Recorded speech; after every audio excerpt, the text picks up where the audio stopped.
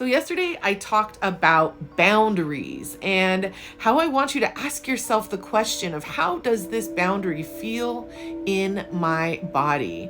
And let that guide you to making better boundaries for yourself. I did write a bit more about it on my blog. You can check that out if you want to. But I want to tell you a personal story.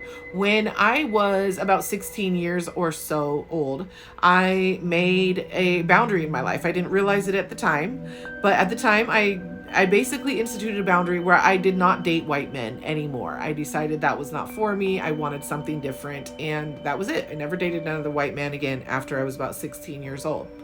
And throughout the younger part of my life, I took on a lot of the socialized stigmas that go with that type of a decision for a white girl, right?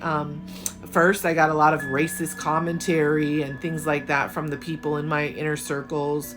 White supremacy culture is pervasive, right? And I grew up in a very white society, so I heard a lot about it. That being said, I did not waver from that boundary. Fast forward a couple of decades, right?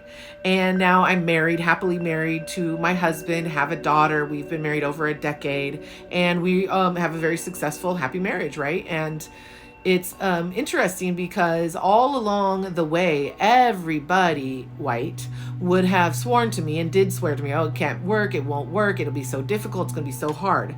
And what they really meant was I was going to no longer have white privilege to the extent that I did if I married a black man and had a black child.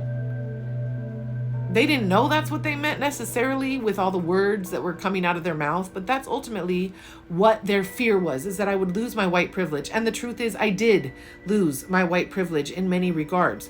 And I can regain my white privilege and walk in my white privilege in environments and situations where people don't realize that I'm married to a black man or have a black child, right?